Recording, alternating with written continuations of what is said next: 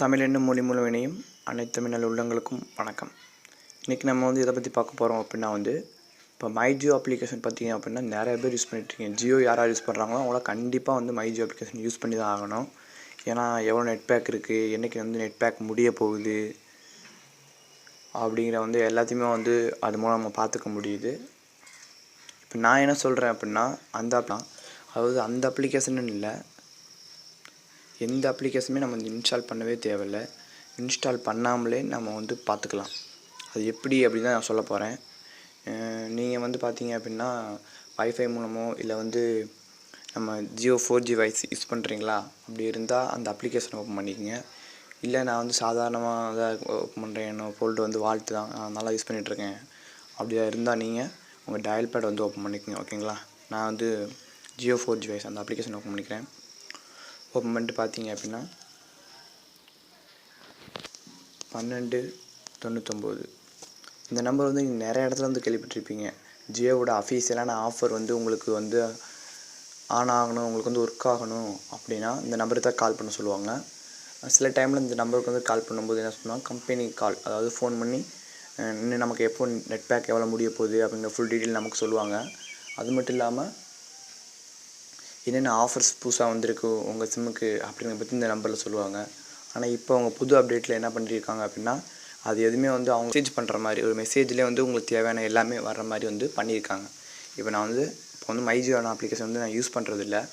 ஏன்னா அது அதுக்குன்னு தனியாக ஒரு ரேம் பிடிக்குது, ஒரு ப்ராசஸ் பண்ணும்போது நமக்கு செல் ஸ்லோவாக வாய்ப்பு இருக்குது இல்லை. அதுக்காகவே இந்த நம்பரை நான் டைப் பண்ணி பார்த்தேன், எனக்கு நல்லா ஒர்க் ஆகுது. இப்போ இந்த நம்பருக்கு நான் கால் பண்ணுறேன்.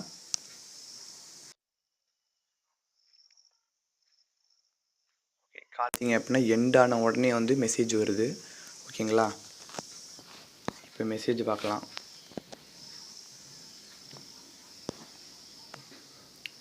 மெசேஜ்லேயே பார்த்தீங்க அப்படின்னா ஃபுல் டீட்டெயில் வந்துடுது.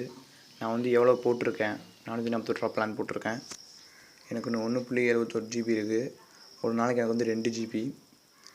இன்னும் 99 மெசேஜ் எனக்கு இருக்குது. இன்றைக்கி பிளான் எக்ஸ்பைரி எப்போ 3 டிசம்பர் அன்றைக்கி எக்ஸ்பைர் ஆகுது.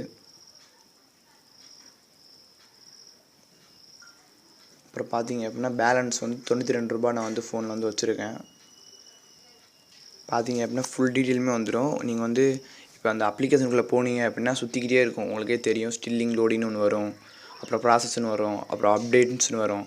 இது எல்லாமே வந்த பிறகு தான் பார்த்தீங்க அப்படின்னா உங்களுக்கு கரெக்டான ஒரு பேலன்ஸ் காமிக்கல அப்படின்னா நீங்கள் மறுபடியும் ரெஃப்ரெஷ் பண்ணுற மாதிரி இருக்கும். அது மட்டும் இல்லாமல் அந்த அப்ளிகேஷன் நீங்கள் வச்சுருக்கோம் உங்களுக்கு ஆட் டிஸ்பிளே ஆகும் ஃபோனில். நீங்கள் பார்த்துருக்கலாம், திடீர்னு ஃபோன் ஸ்க்ரீன் ஃபுல்லாக ஒரு ஆட் வரும். ஓகேங்களா, ஒரு நாளைக்கு 4 தடவை இல்லை 2 தடவை கூட வரலாம்.